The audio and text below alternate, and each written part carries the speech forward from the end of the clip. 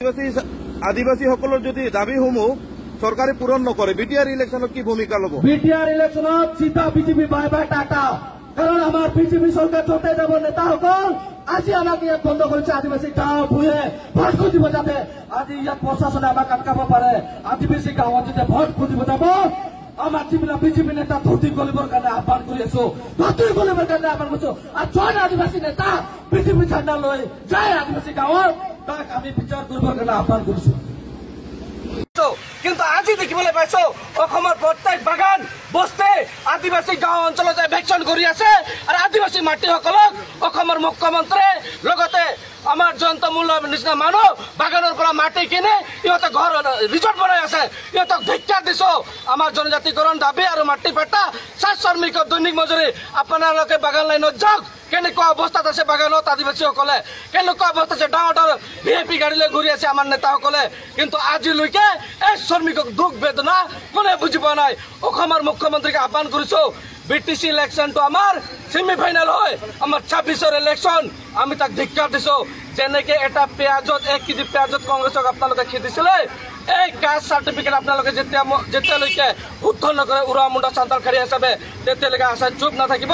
আপোনালোকক এই caste certificate দিয়ে বিদায় দিয়াৰ কাৰণে আমি সাজু হৈ আছো। অসম আদিবাসী ছাত্ৰ সন্থা আচাৰ হৈ সমগ্ৰ অসমতে বিজেপি বিৰোধী আন্দোলন আমি ৰূপায়ণ কৰি আছো।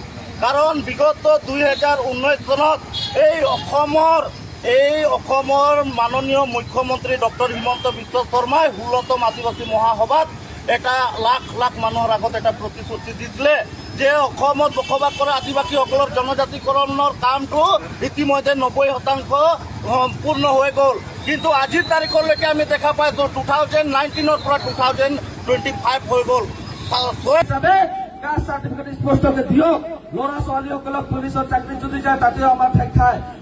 ইউনিভাৰ্চিটিতো আমাৰ ল'ৰা ছোৱালী এইটো চাৰ্টিফিকেটৰ কাৰণে আমি বহুত জেগাত আমি ঠেক খাই আছো। সেইকাৰণে অসম আদিবাসী ছাত্ৰ সন্থাই মুখ্যমন্ত্ৰীক বাৰম্বাৰ আহ্বান কৰা স্বত্তেও আমাক এই চাৰ্টিফিকেট দিয়া নাই।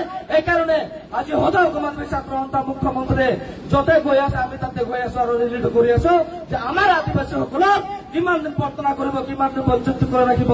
এই অসম আদিবাসী ছাত্ৰ আলোচনাত মাতিছে নে নাই? আজিলৈকে আমি 2016ৰ পৰা 2-3টাহে আলোচনা মাতিছে।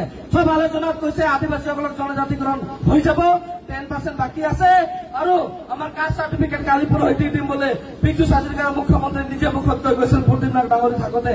তাৰ লগতে আমি নিজে অসমৰ মুখ্যমন্ত্ৰীক কৈছিলো যে আমি ছাৰে এছটিটো আৰু আমি 7 শ্ৰমিকৰ দৈনিক মজুৰি আৰু আমাৰ আদিবাসীসকলক উৰা মুণ্ডা চান্তালখাৰীয়া বিল হিচাপে আমি কেতিয়াও চুপ নাথাকিম।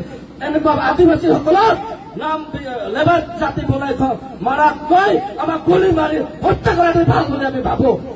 হয়নে নহয়? আমি গুলি ল'ম বুকক, আজি বুকুত আমি গুলি ল'ম।